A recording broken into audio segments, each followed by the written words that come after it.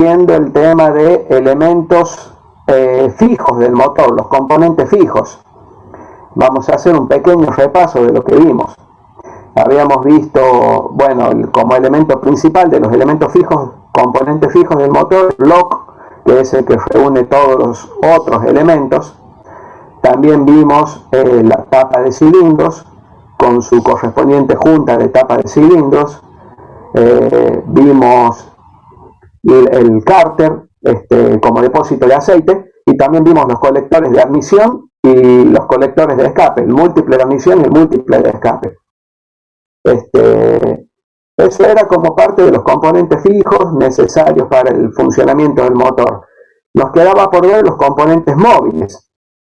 Dentro de los componentes móviles, los que vamos a ver nosotros van a ser, en primer lugar, el pistón, luego la biela, el cigüeñal y el volante motor. Prácticamente son esos los elementos móviles que vamos a ver.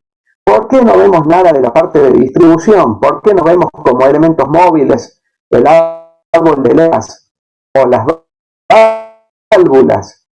Porque se estudia específicamente, cuando están con el ingeniero Heredia, sistema de distribución.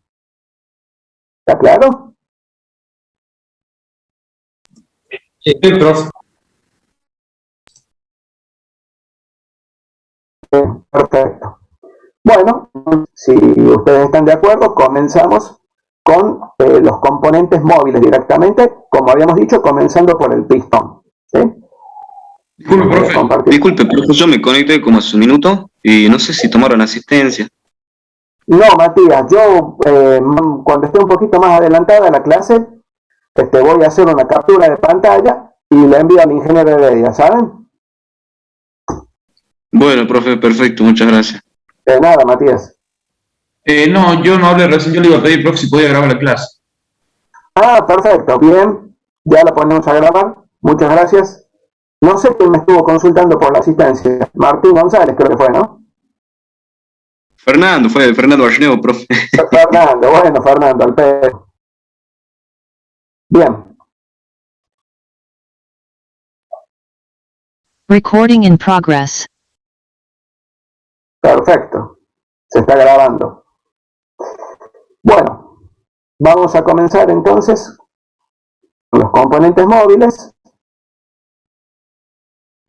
Avísenme ustedes cuando se pueda, cuando vean la pantalla compartida. Voy a detener el video. Estamos viendo el navegador, profe. Perfecto, bien.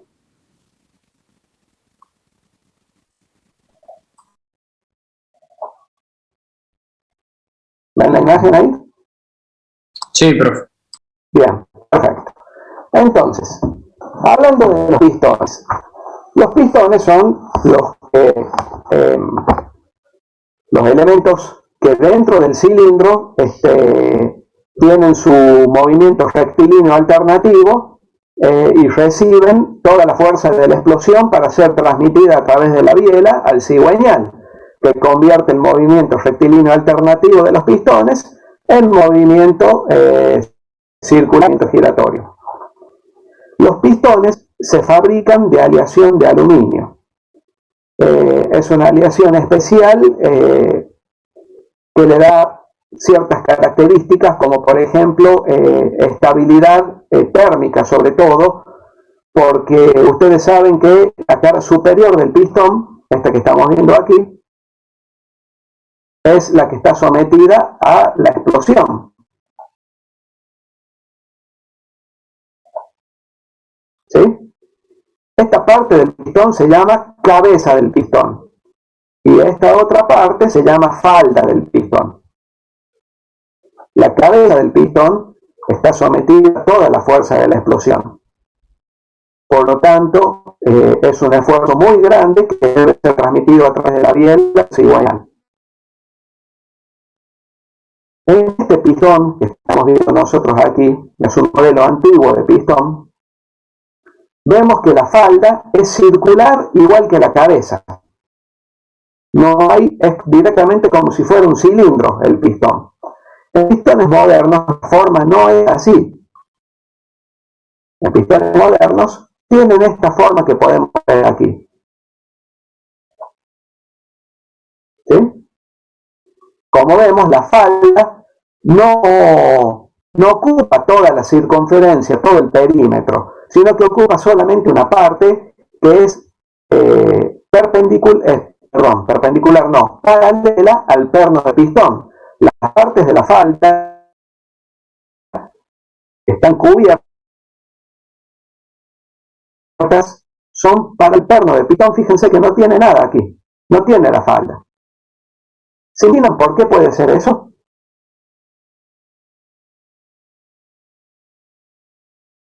¿Cómo, profe? ¿Cuál era la pregunta? Disculpe. Se le escucha un poco cortado, profe, por eso. Se está escuchando medio cortadito. Bueno, perfecto, vamos a ver cómo lo podemos mejorar. Ya tengo apagado mi video para que se escuche bien, pero bueno, así mejora un poquito. Hemos dicho que en los pistones antiguos, como este, la falda ocupaba todo el perímetro del pistón, ¿sí? ¿Sería la falda, profe? La falda se llama esto. Ocupa todo el perímetro, es como si fuera un cilindro el pistón, ¿sí? Bien. Pero en pistones modernos, la falda no ocupa todo el perímetro, sino que ocupa dos sectores solamente, que son paralelos al perno de pistón, que es el que va aquí. Y la pregunta era, ¿por qué puede ser que se haya eliminado esta parte de la falda, la que no está? ¿Será para evitar, para tener menos fricción? Al Bien, solo perfecto. apoyar dos bordes y no toda la circunferencia. Perfecto, pero también hay un motivo, ¿sí? Porque si fuera solamente por tener menos fricción, la hubiéramos quitado completamente.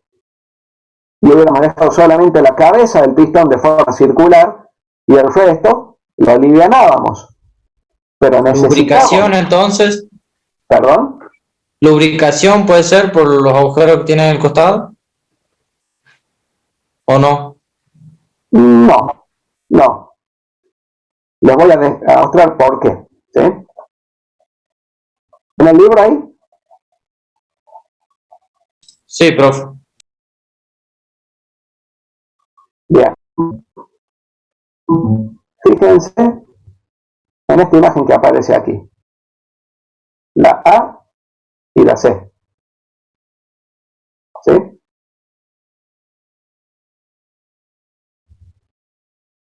Ah, para que pueda pivotear más la... Fíjense, la fuerza de la explosión, debido al ángulo que forma la biela con el cigüeñal, se descompone en una componente F y otra componente FT. FT es una fuerza transversal, ¿sí? Esto ocurre durante la explosión. Durante la compresión, FT tiene esta otra componente, ¿sí? Es más pequeña que durante la explosión, pero también tiene una componente transversal. Esto es durante la compresión y esto es durante la combustión o explosión.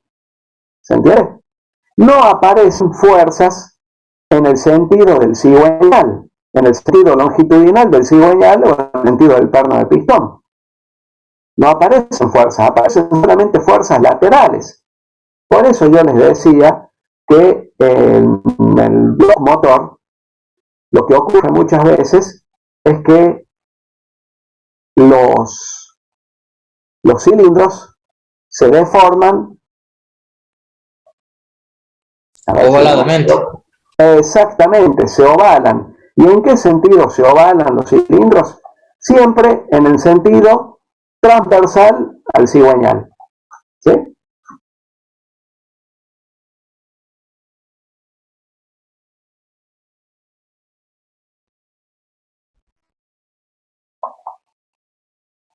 En este bloque motor que vemos, este es el sentido longitudinal del cigüeñal. Los cilindros siempre se ovalan en sentido transversal, debido a esas fuerzas transversales que aparecen durante la explosión y durante la combustión. ¿Se entiende?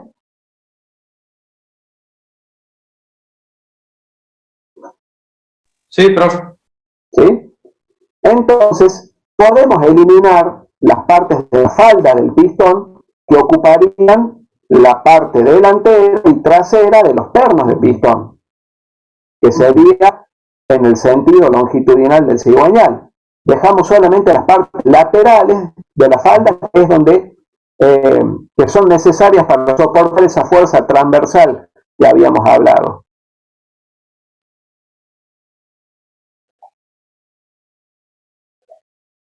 Por eso no es necesario que tenga aquí esta parte de la falda. ¿Se entiende? Sí, profe. Bien. ¿De atrás tampoco la tiene, profe? ¿Perdón? No escuché la pregunta.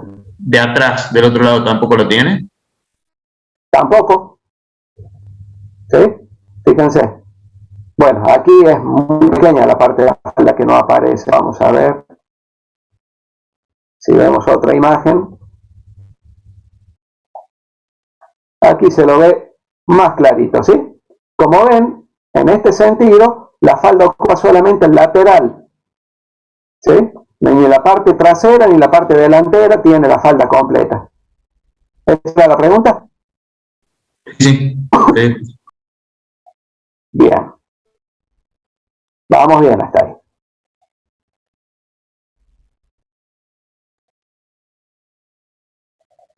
Perfecto. Ahora bien,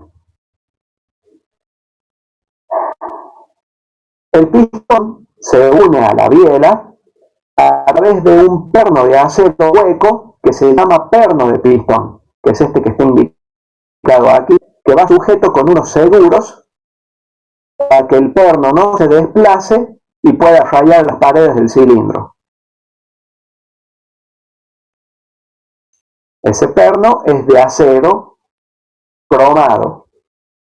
El cromado le da más dureza, ¿sí? Acá podemos ver el pistón de aleación de aluminio y el perno de acero cromado. Profe, una pregunta. ¿Cómo no? Tenía entendido que los baños que le hacen de cromo también les agregan un poco de peso, ¿o no es verdad? Unos gramos les aumenta, ¿puede ser? La verdad es que nunca me hice yo esa pregunta y nunca me la hicieron tampoco. Evidentemente, el depósito de cromo les agrega peso, pero no sabría decirte si es significativo o no respecto al peso del perno de acero. Ajá, entiendo. ¿Sí? Yo estimo que debe ser muy poco significativo respecto al peso del perno solo. Pero es una estimación. Sí. Bien. Perfecto. Fíjense que en este caso la cabeza del pistón, no sé si pueden observar ahí que tiene dos hendiduras. ¿Las ven? Sí. ¿Se llegan a observar? Ahí y ahí, dos hendiduras. Esas hendiduras que tiene la cabeza es, sobre todo se utilizan motores diésel, este sistema de la relación de compresión es muy alta, por lo tanto el pistón tiene que subir mucho en la cámara de combustión y ocurre que cuando se abren las válvulas el pistón está tan alto que existe la posibilidad de que la válvula toque con la cabeza del pistón. Por lo tanto se hacen esas hendiduras para que cuando se abra la válvula tenga lugar para descender sin que toque la cabeza del pistón. Tanto la de admisión como la de escape. ¿Se ve?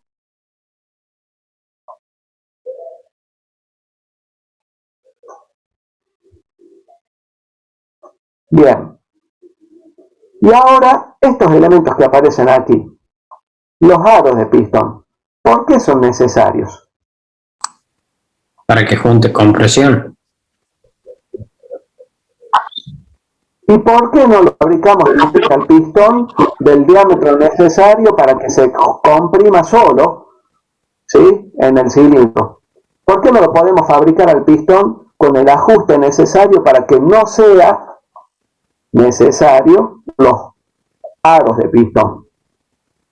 Habría Cuando mucha desgaste fricción. el cilindro, la camisa, ya quedaría suelto y no comprimiría. En cambio, el aro se va expandiendo un poco, entonces sigue manteniendo esa compresión, digamos. Perfecto, perfecto, son motivos válidos, pero hay uno más importante que no mencionaron ustedes. Lubricación. No es tanto por lubricación. Hay un motivo muy importante, Para que que si no ustedes pase. no lo tienen en cuenta,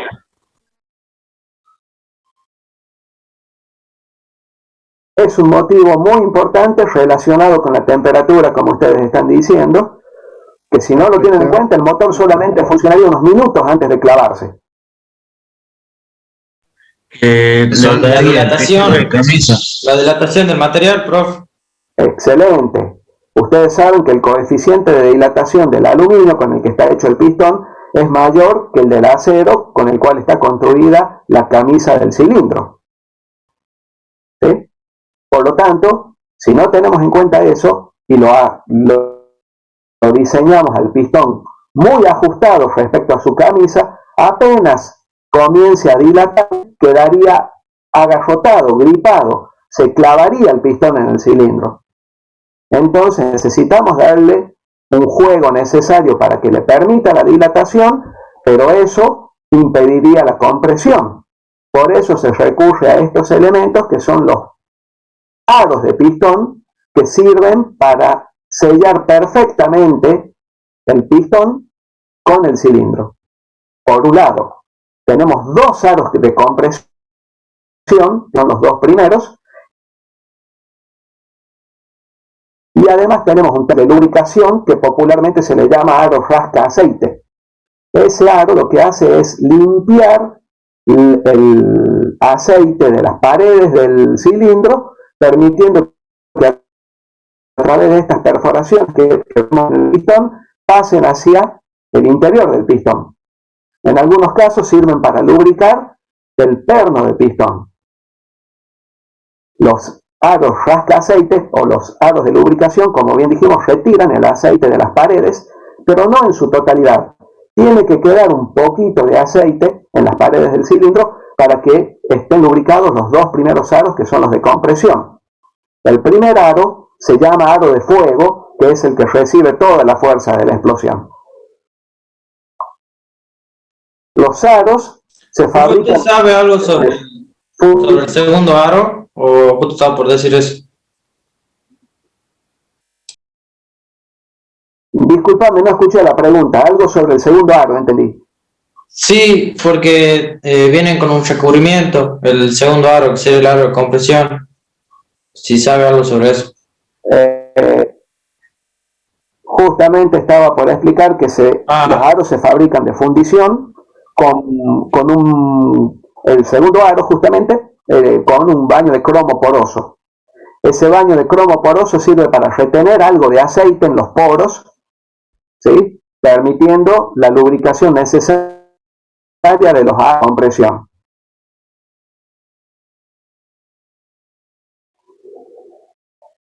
Aquí podemos ver cómo ya están instalados los aros en el pistón. Vemos que el aro de lubricación tiene las perforaciones por las cuales el aceite que va retirando del cilindro, ¿sí?, pasa hacia el interior del pistón, y vemos el tipo de sello que tiene aquí el aro para no perder compresión. Si tuviéramos un solo aro con un sello, con un cierre vertical, por ahí tendríamos pérdida de compresión.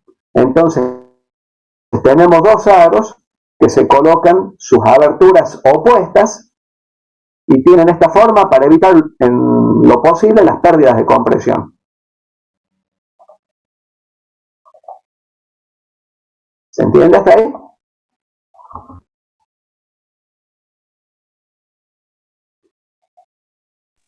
Sí, profe. Perfecto. Aquí vemos algunos de los tipos de cierre que tienen los aros para evitar esas pérdidas de compresión que habíamos dicho. Uno es un corte diagonal, otro es con una forma de cuña para que se traben entre sí, En otros casos el aro forma como una doble vuelta, ¿sí? Más complicado de instalar este aro.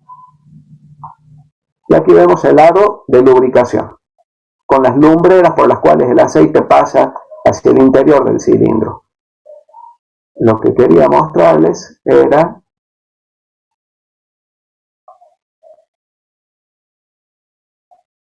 aquí puede observarse cómo el aceite de la pared del cilindro es retirado por el aro de lubricación y pasa hacia el interior. En algunos casos, en la mayoría de los casos, el aro rasca aceite va colocado justo debajo de los dos aros de compresión.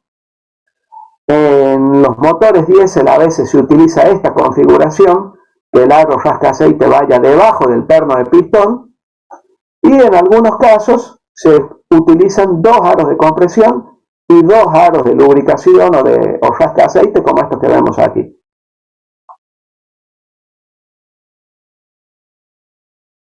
Menos común esta tipología. ¿Vamos bien? Profe, tenía entendido que los motores Perkin, los 3 cilindros, si no me equivoco, traían 3 aros de compresión, ¿puede ser? ¿O estoy equivocado? La verdad es que lo desconozco, pero puede ser.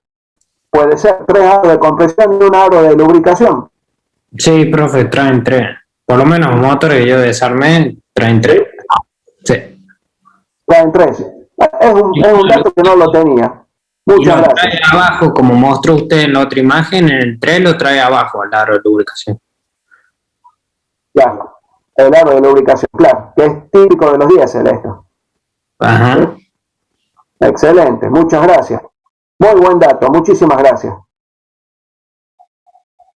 Fíjense aquí en esta imagen, es muy interesante lo que ocurriría si es que los aros no entraran perfectamente ajustados dentro de la cavidad del pistón. Si el aro tuviera un espesor menor que la cavidad del pistón, quedaría una holgura como esta que se ve aquí. Entonces, cuando el pistón esté en su carrera descendente, ingresaría aceite dentro de esa holgura, y cuando esté en carrera ascendente, el aceite que había ingresado aquí pasaría a la cámara de combustión. ¿Lo ven? Sí, profe. Y eso produciría gasto de aceite y además humo, hollín, todos los problemas derivados de la combustión del aceite. Por eso es muy importante que los aros entren perfectamente ajustados dentro de la cavidad del pistón. No tiene que quedar ningún huelgo. Bien.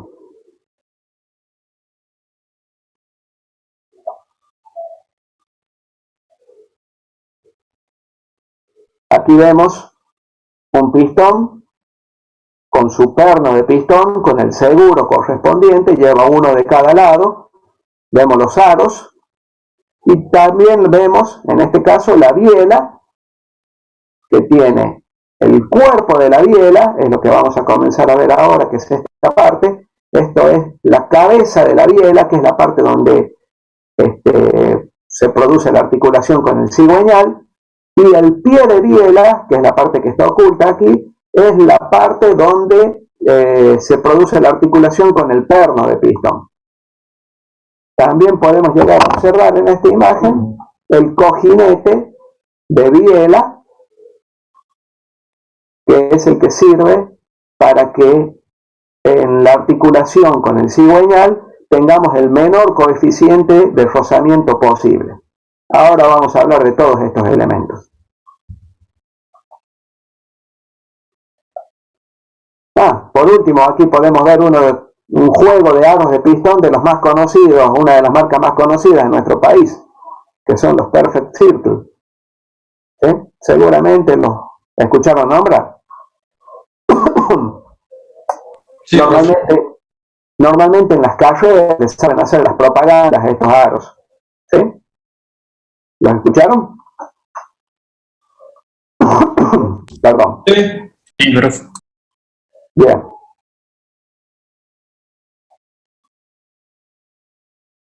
Bueno.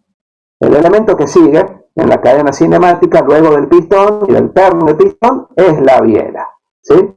La biela es la encargada de transmitir el esfuerzo de la explosión al cigüeñal. Por lo tanto, tiene que ser un elemento muy rígido. ¿Y a qué tipo de esfuerzo va a estar sometido durante la explosión esta biela? Supongamos que aquí tengo el eje del cigüeñal y aquí tengo el eje del pistón. ¿A qué tipo de esfuerzo se va a estar sometido? Perfecto, excelente. Esfuerzo de compresión. Tiene que ser muy rígido y tiene que transmitir toda la fuerza al cigüeñal. Por eso se la fabrica de acero forjado, ¿sí? Y tiene una forma en su cuerpo de perfil T o perfil H.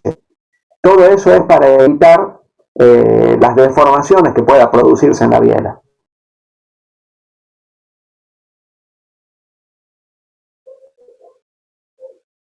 ¿Y no vienen en otros perfiles, profe? ¿Para la biela? Sí, o solo es perfil H. La verdad es que yo no vi bielas con otro perfil. A ver, creo que el libro mencionaba algo.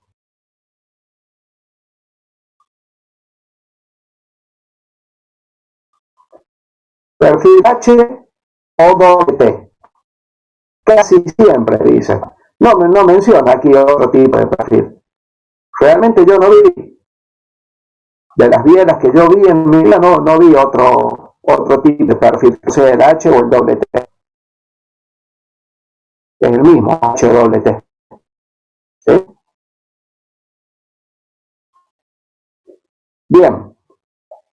Aquí para que la cabeza de la biela pueda unirse al cigüeñal, la parte inferior se desarma. Tiene dos pernos por el cual se puede desarmar la parte inferior, y ahí es donde va colocado el cojinete de biela, que son dos semicírculos, como estos que vemos aquí, de un material que está compuesto básicamente por plomo, estaño y antimonio. Ese es un metal que tiene un coeficiente de rozamiento y además tiene otra propiedad.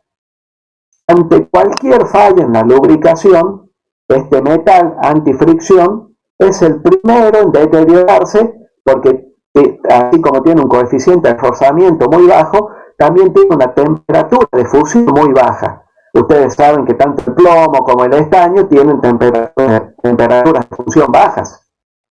Entonces, esto es lo primero que se derrite, que se funde cuando hay falla en la lubricación, protegiendo al resto del motor. Es preferible que se deteriore o se rompa estos cojinetes y que se rompa el cigüeñal o haya que rectificarlo. ¿Sí? Funciona como fusión.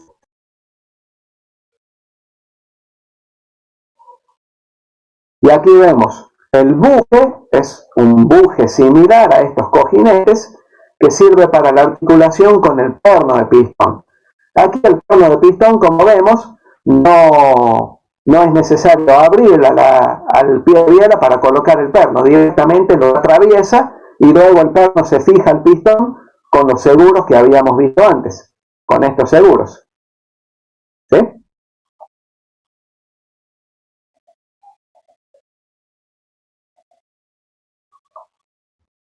Aquí podemos ver la biela con su buje de pistón. No tiene colocado aquí los cojinetes. Vemos esta parte que se llama sombrerete, que es la parte que se abre la biela. Una consulta. Ustedes pueden ver aquí que no está mecanizada la biela. ¿Sí? No está hecha por corte de material, está hecha por un proceso de forjado. ¿Qué beneficio tiene para los particulares esfuerzos a los que se va a ver sometida la biela? El forjado.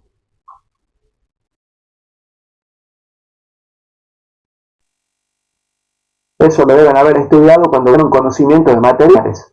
Vieron distintos procesos de fabricación ahí, ¿cierto? Por ahí, cuando las fabricas por arranque de viruta, se generan muchas tensiones internas. Entonces, con las grandes fuerzas que está sometida la biela, generaría que aparezcan fisuras o fallos. Excelente. La forja no produce eso. Además, la forja deforma la fibra, ¿sí? En vez de cortar la fibra del material, por lo tanto, la resistencia que obtiene la pieza es mucho mayor. Excelente. Bien, ya podemos ver uno de los cojinetes de biela que habíamos mencionado. Vemos que tiene una perforación y un canal por el cual se distribuye la lubricación, ¿sí? En algunos casos, no en todos los casos, pero en algunos casos, la biela tiene aquí una perforación para que esa lubricación, que está a presión, suba por el cuerpo de la biela y lubrique el pie de biela, la articulación del pie de biela. En este caso no lo tiene, ¿sí? En este caso,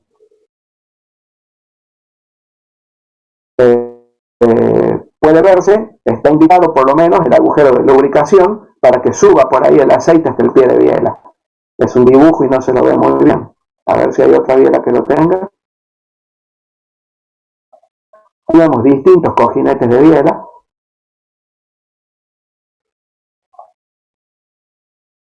Y no hay más. Bien.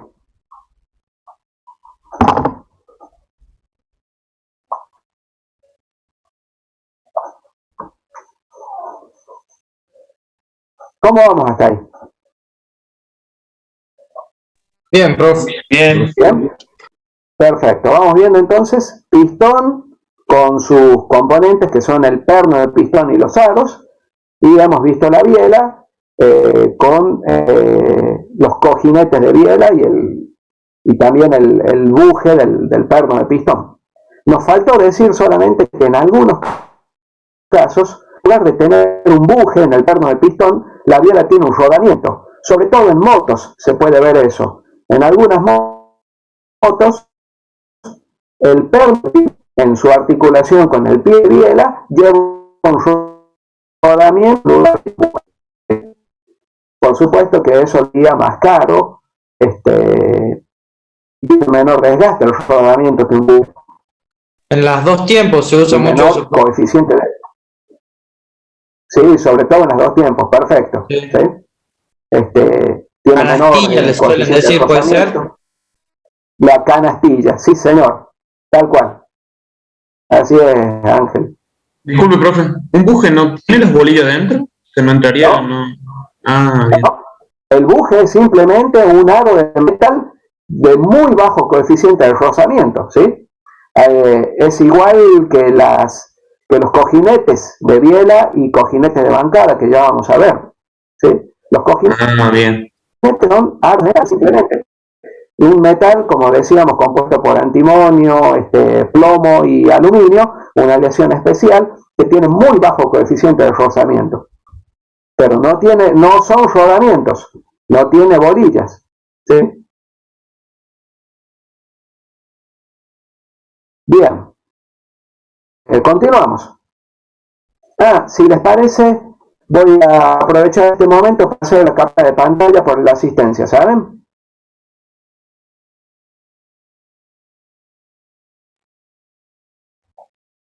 Bien, continuamos.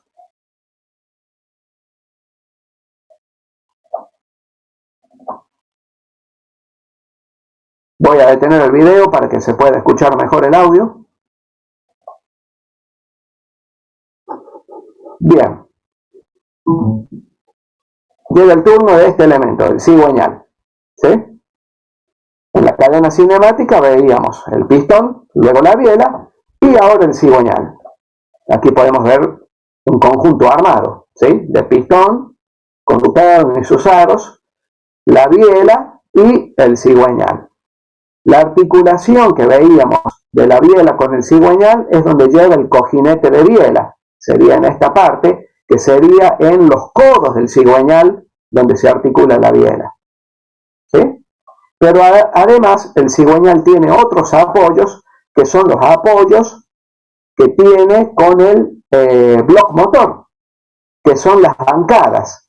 Vemos que en este caso se trata de un motor de 4 cilindros y las vamos a contar, las bancadas o los puntos de articulación, de contacto con el bloc motor son 1, 2, 3, 4 y aquí al final 5. Es un motor de 4 cilindros y 5 bancadas.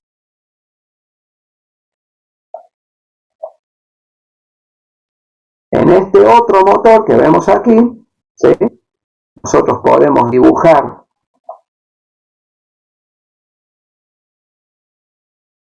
una línea.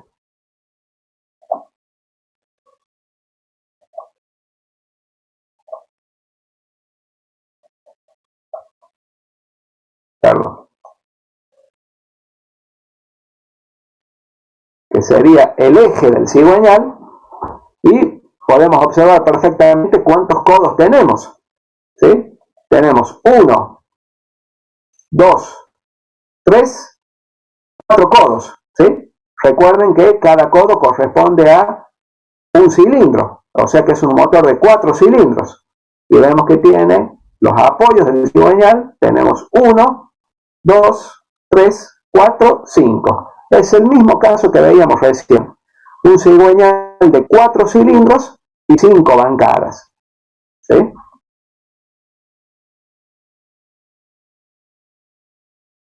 ¿Qué les parece? ¿A qué tipo de esfuerzo se verá sometido este elemento?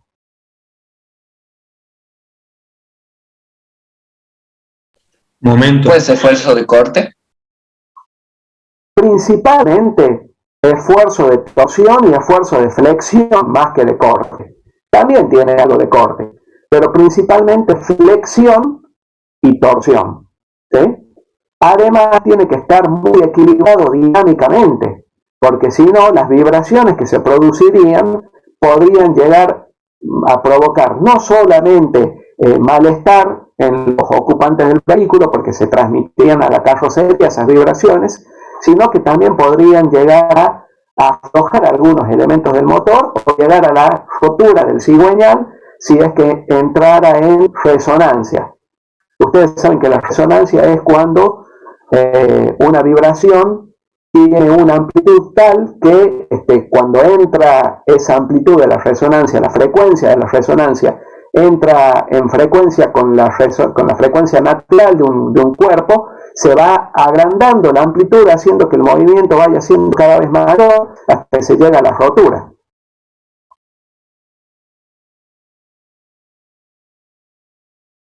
Entonces es un elemento sometido a enormes esfuerzos.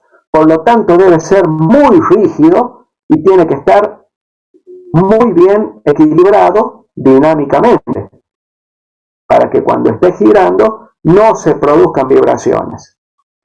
Entonces es un elemento que se fabrica de acero estampado de forma similar a la biela, nada más que en los apoyos, tanto de las bancadas, que es los apoyos con el bloc motor, como en los codos, donde está la articulación con las bielas, está mecanizado este elemento.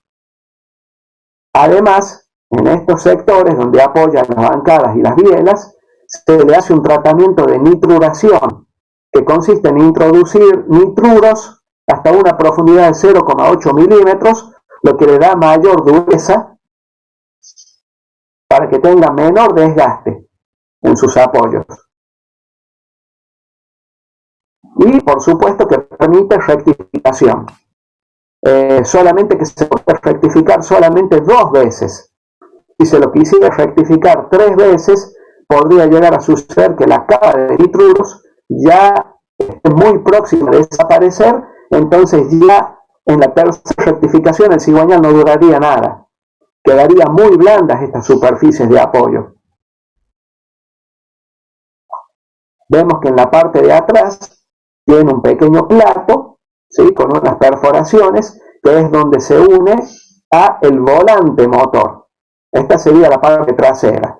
Y en la parte delantera lleva una polea que sirve para comandar el sistema de distribución y también los accesorios, como el alternador, la bomba de agua, etcétera, etcétera. ¿Vamos bien hasta ahí? Sí, profe. Sí. ¿Sí? Perfecto.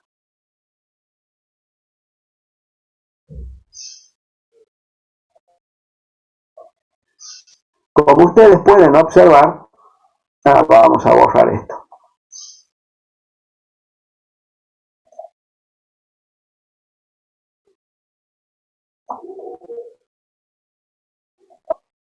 ¿Cómo se borra esto?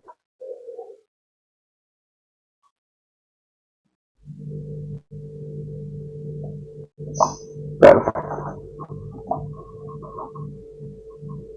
Como pueden observar en esta imagen, ven que el cigüeñal tiene unos contrapesos en el lado opuesto a los codos del cigüeñal. Estos contrapesos están diseñados para balancear dinámicamente todo este conjunto cuando está girando. El balanceo dinámico del cigüeñal también tiene que tener en cuenta los pistones y las bielas. ¿Se entiende? Y también podemos observar estas perforaciones porque el cigüeñal tiene todo un camino por dentro por el cual circula el fluido lubricante. Lo vamos a ver mejor a esto cuando veamos el sistema de lubricación.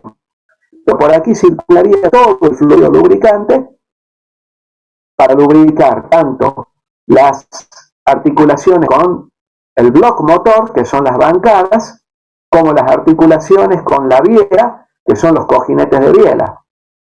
Todo esto está lubricado por aceite a presión que fluye por dentro del cigüeñal. ¿Se entiende? Bien, habíamos visto recién que estos cigüeñales, tanto este como este, tenían 4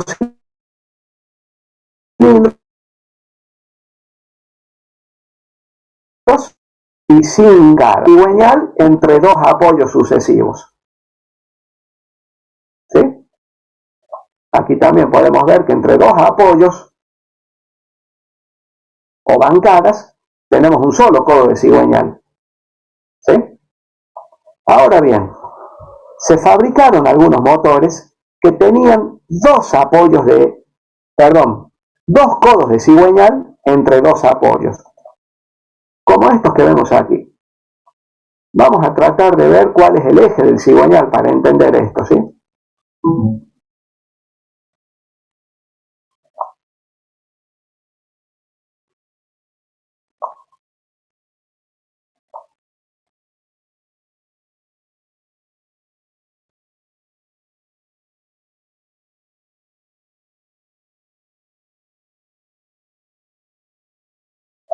Bueno, ahí podemos observar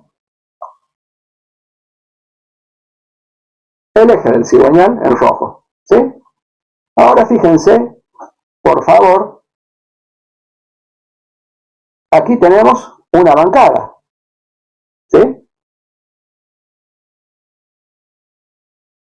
¿Están de acuerdo? Sí, profe. ¿Cuál es la siguiente bancada? ¿Esta? No, esta, bien. 2 bancadas, 3 bancadas y 4 bancadas aquí. Pero ¿cuántos cilindros tenemos? ¿Cuántos codos de cigüeñal tenemos? 1, 2, 3, 4, 5, 6. O sea que tenemos un motor de 6 cilindros y 4 bancadas. Y vemos que cada par de cilindros está soportado entre un par de apoyos. Ya no tenemos, como veíamos recién, un apoyo, ¿sí? O una bancada por cada codo de cigüeñal. Aquí entre 2 bancadas sucesivas tengo 2 codos de cigüeñal. Por lo tanto, este cigüeñal aquí va a estar sometido a un mayor esfuerzo. ¿Se entiende? Sobre todo un mayor esfuerzo de flexión cuando hagan explosión los cilindros que están vinculados a estos codos de cigüeñal, porque va a estar apoyado aquí y luego aquí, no tengo un apoyo en el medio. Si yo quisiera que tenga un apoyo, cada codo de cigüeñal un apoyo, ¿cuántas bancadas debería agregarle a este motor? A las 4 que ya hemos contado. Debería agregarle 1, 2, 3 bancadas más. ¿Sí? O sea que pasaría a ser un motor de 7 bancadas. ¿Están de acuerdo? Sí, profe. ¿Sí?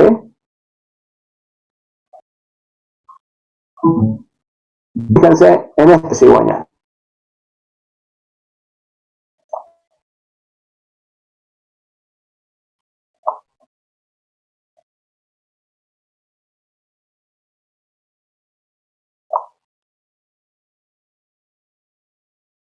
Acá tengo un codo con sus correspondientes contrapesos, ¿sí? Y fíjense, tengo una y otra bancada.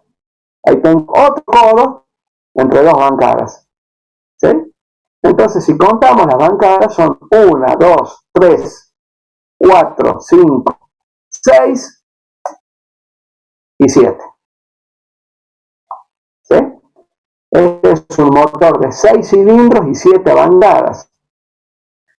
Durante la época de los Ford Falcon, de los Torinos, cuando surgieron estos motores con 7 bancadas, era un elemento publicitario decir que el motor tenía 7 bancadas, porque eran motores de mayor potencia, necesitaban tener mayor cantidad de apoyos para que los cigüeñales no sufrieran tanto, entonces decir que el motor tenía 7 bancadas daba prestigio, ¿sí?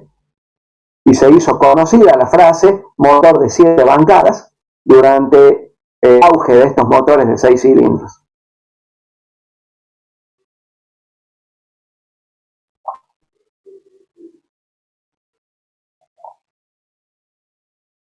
Aquí podemos ver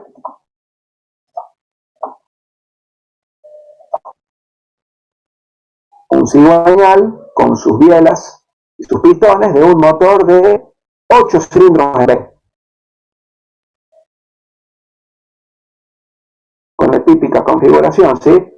En los motores de 8 cilindros en B normalmente llevan siempre 2 pistones juntos, ¿sí? Fíjense, aquí tengo un codo en donde van estos 2 pistones.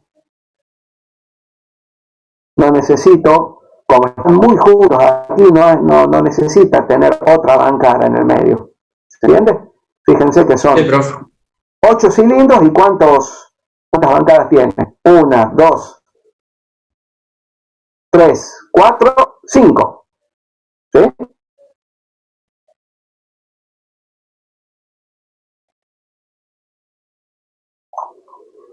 Por último, nos queda ver este elemento, que es el volante motor.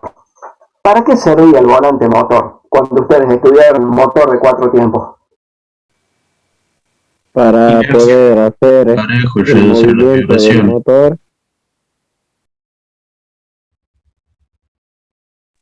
para poder encenderlo. Bien. Para poder... No escuché bien, Ángel. ¿Para poder qué? Poder encender el motor. Perfecto, muy bien. Acá vemos que dentro de los elementos que tiene el volante motor, tiene esta corona dentada a la vuelta que puede reemplazarse, ¿sí? Puede reemplazar porque esta corona dentada. Esta corona dentada sirve para que el motor eléctrico de arranque, el que nosotros conocemos como burro de arranque, ponga en marcha el motor. Es más, muchas veces cuando nosotros le damos arranque al auto y el motor eléctrico no engrana bien, es porque esta corona está gastada y hace un ruido particular porque están patinando los dientes. Entonces es tiempo de reemplazar la corona. A veces se le rompen algunos dientes, por lo tanto, también hay veces que es necesario reemplazarla por ese motivo. pero no es necesario cambiar todo el volante, se puede cambiar solamente la corona de arranque, ¿sí? Pero también tiene otra utilidad, no solamente para darle arranque. Tiene una utilidad muy importante, sobre todo en motores de un solo cilindro. ¿Cuál es esa función importante en motores de un solo cilindro? La inercia. ¿Por qué? Porque la explosión-expansión es una sola vez y después tenés que hacer que el pistón haga las otras 3 carreras, entonces la inercia del volante lo empuja, digamos, lo impulsa a que las haga.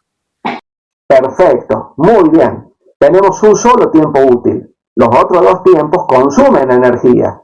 Y la energía que va a consumir durante los 3 tiempos, que no son el tiempo de explosión, va a ser energía que va a estar almacenada en este elemento que es el volante motor. ¿Sí? Ustedes expresaron recién la palabra inercia, que está bien, pero no está tan bien. ¿Sí? Porque también, sí, tiene algunas marcas aquí que tienen que ver con la puesta a punto, también sirve para eso, perfecto.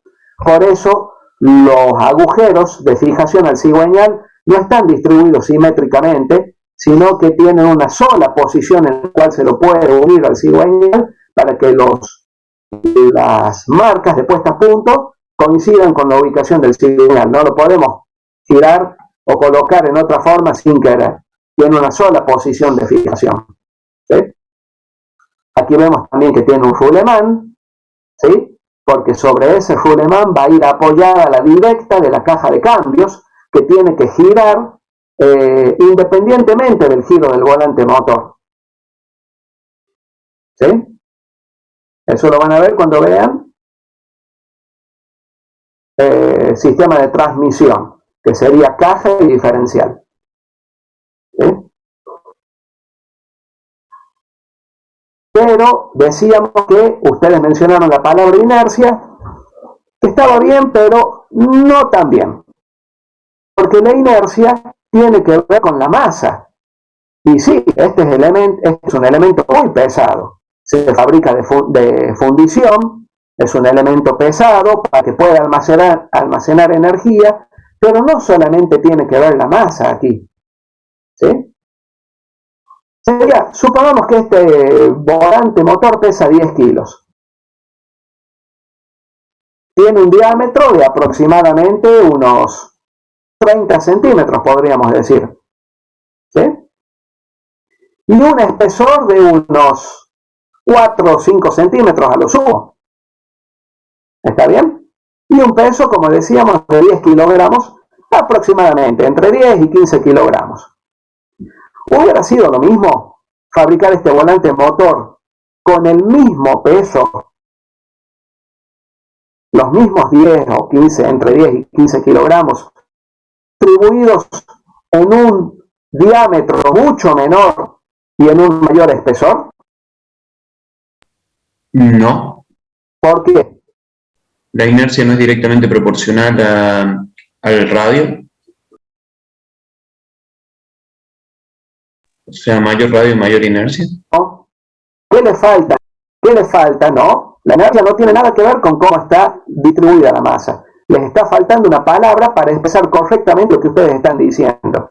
Tienen bien la idea, van por buen camino, pero esto no es inercia, porque la inercia es lineal. Momento. Cuando tenemos movimiento giratorio, Angular. momento de inercia, sí señor. Ya no hablamos de inercia, sino de momento de inercia. Y el momento de inercia depende, por un lado, de la masa, pero también de cómo está distribuida la masa respecto al eje de giro. Cuanto más alejada tenga la masa del eje de giro, voy a tener mayor momento de inercia, aunque el peso sea el mismo. ¿Se entiende?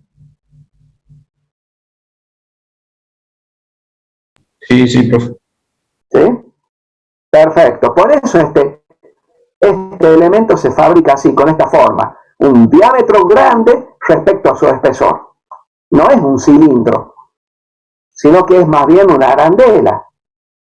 ¿Sí?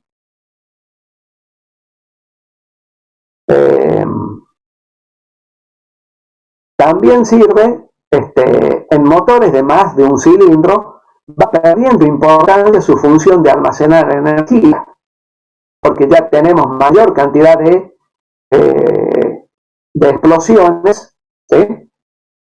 En un motor de un solo cilindro, ustedes saben que tienen una sola explosión cada 2 vueltas, o sea, cada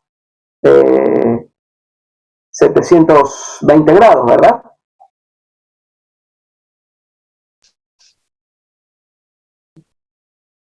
En cambio, en un motor de 4 tiempos, ustedes tienen una explosión cada 180 grados.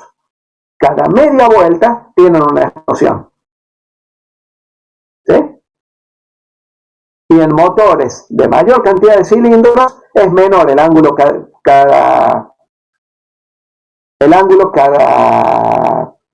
cada explosión. No es El cada ángulo que 120. sigue el volante por cada explosión va disminuyendo a medida que aumenta el número de cilindros. ¿Se entiende? Cada 120 puede ser, profe. Cada 120, sí. En motores de 6 cilindros, Claro. ¿sí? Exactamente. ¿Sí? ¿Se entiende?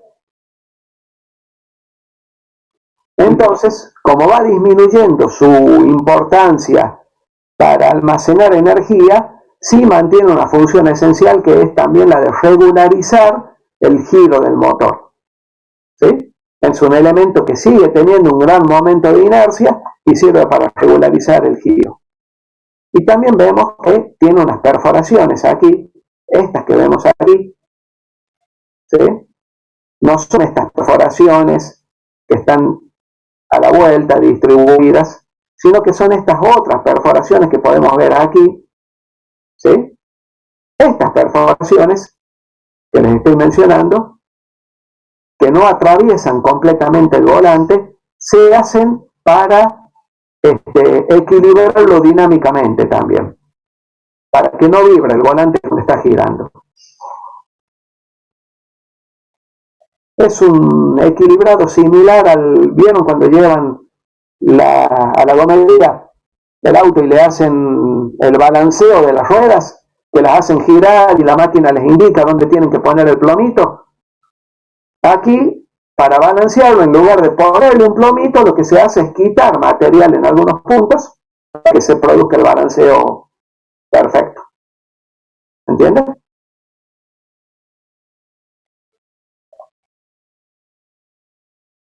Aquí podemos ver otro volante que tiene, como les decía, no tiene las perforaciones a través de las cuales se lo une al cigüeñal distribuidas simétricamente, sino que tiene una sola posición para que las marcas que tiene para poder poner a punto el vehículo puedan ser utilizadas. Y aquí vemos que esta corona de arranque se ve mucho más clarito, no es una sola pieza con el volante motor, sino que es una pieza separada, se puede reemplazar. Y por último, vamos a ver un volante medio particular. ¿Sí? Ahí vemos la marca Sachs. ¿Sí? ¿De qué? Es una marca muy conocida esta.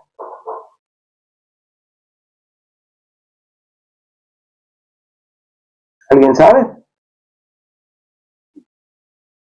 Sí, amortiguadores. Perfecto. ¿Y qué más también? Embragues. ¿Sí? Es una marca muy conocida de embragues. ¿Por qué? Porque el volante motor forma parte del sistema de embrague. ¿Sí? El embrague funciona con el volante motor. En el detalle cuando veamos sistema de embrague. El tema es que ustedes vieron que algunos embragues traen un sistema amortiguador de vibraciones en el mismo disco de embrague, donde trae resortes, atadelas, todo un sistema que sirve para amortiguar las vibraciones. ¿Sí? Seguramente lo vieron en un disco de embrague.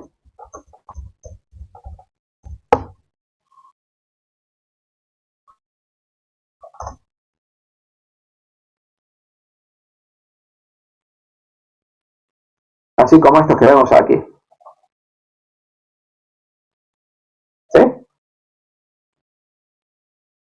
Todos estos resortes que tiene a la vuelta el disco sirven para que el giro que se transmite a la caja de cambios no tenga algún tipo de amortiguación.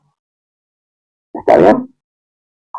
Pero sucede que en algunos casos, en algunos embragues, como este que se ve aquí, no tengo ese paquete amortiguador en el disco, sino que es un disco como este, sin ningún tipo de amortiguación. En esos casos, cuando no tiene el paquete amortiguador el disco de embrague, lo que se hace es colocarlo en el volante, como en este caso. El hecho de que el paquete amortiguador esté colocado en el volante me permite que pueda transmitir un par motor mucho mayor con este sistema. Cuando el paquete amortiguador está contenido en el disco, ese sistema de amortiguación del disco de embrague es muy pequeñito, como ven aquí. Cuando tengo que transmitir un torque muy grande, muchas veces ya no se puede poner el sistema de amortiguación en el disco y se lo coloca directamente en el volante motor, como en este caso. Eso hace... ¿Sería más caro? Carísimo. No caro, carísimo. ¿Sí? Creo que la Amarok trae este sistema de embrague con volante bimasa. Así le llaman a este volante, bimasa. ¿Sí? La Amarok con caja manual creo que trae este sistema. Profe, también sabía de otros sistemas de discos que eran de pastillas individuales, que eran Sí. mejores en teoría para Son los de transmitir. competición. Mira, Claro. ahora te lo muestro. La S10 también, mira vos. Claro, bueno, y es un sistema muy caro. ¿Sí? Fíjense, estos son los que estaban mencionando ustedes, con estas pastillas. ¿Sí? Esos son de competición. ¿Sí? Y fíjense que no tiene ningún paquete amortiguador, porque cuando me interesa la competición, no me interesa la comodidad, el confort del conductor. Yo quiero poner primero y que el vehículo acelere lo más rápido posible. Entonces, este sistema de embrague lo vamos a ver bien más adelante cuando veamos embrague, ¿no? Este sistema de embrague tiene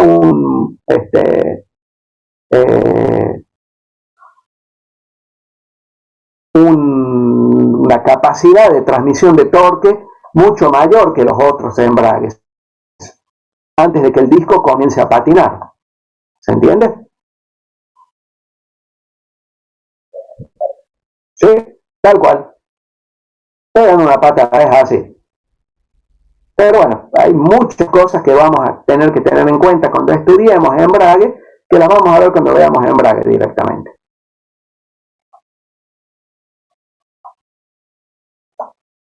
Bueno.